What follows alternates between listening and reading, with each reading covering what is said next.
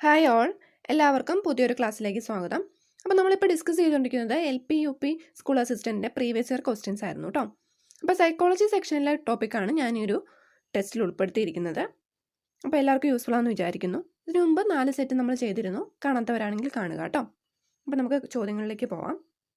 ആദ്യത്തെ ചോദ്യം ഇതാണ്: മനഃശാസ്ത്രത്തിന് ആദ്യം ആത്മാവ് നഷ്ടപ്പെട്ടു, പിന്നെ മനസ്സ് നഷ്ടപ്പെട്ടു, അതിനുശേഷം ബോധം നഷ്ടപ്പെട്ടു, ഇപ്പോൾ ചേഷ്ടകൾ മാത്രമുണ്ട് എന്ന് അഭിപ്രായപ്പെട്ടത് ആരാണ്?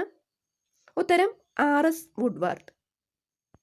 അടുത്ത ചോദ്യം: ആവശ്യത്തിൽ കൂടുതൽ നമുക്കുണ്ടാകുന്ന ഊർജത്തിൻ്റെ ബഹിർഗമനോപാധിയാണ് കളികളെന്ന് ആരാണ് അഭിപ്രായപ്പെട്ടത്? ഉത്തരം ഹെർബർട്ട് സ്പെൻസർ.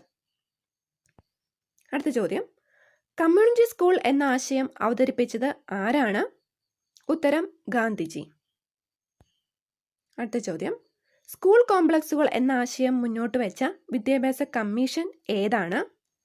ഉത്തരം കോത്താരി കമ്മീഷൻ. സമസംഘങ്ങൾ സ്വാധീനം ചെലുത്തുന്ന പ്രായഘട്ടം കൗമാരം.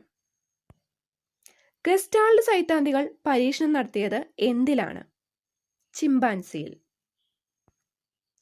ജീവിതാനുഭവങ്ങളിലൂടെ ലഭിക്കുന്ന വിദ്യാഭ്യാസം എന്താണ്? ആനുഷംഗികം. ബ്രൂണറുടെ പഠന സിദ്ധാന്തം ചാക്രികാരോഹണം.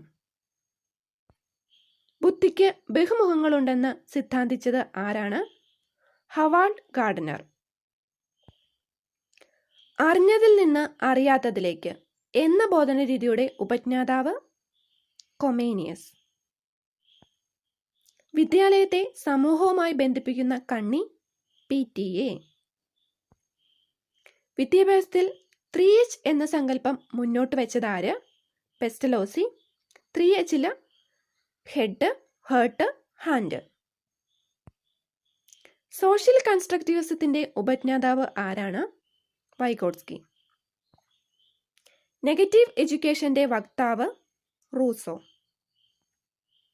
ജ്ഞാനനിർമ്മിതിവാദി എന്നറിയപ്പെടുന്ന വിദ്യാഭ്യാസ ദാർശനികൻ ജൂൺ ഡോയി.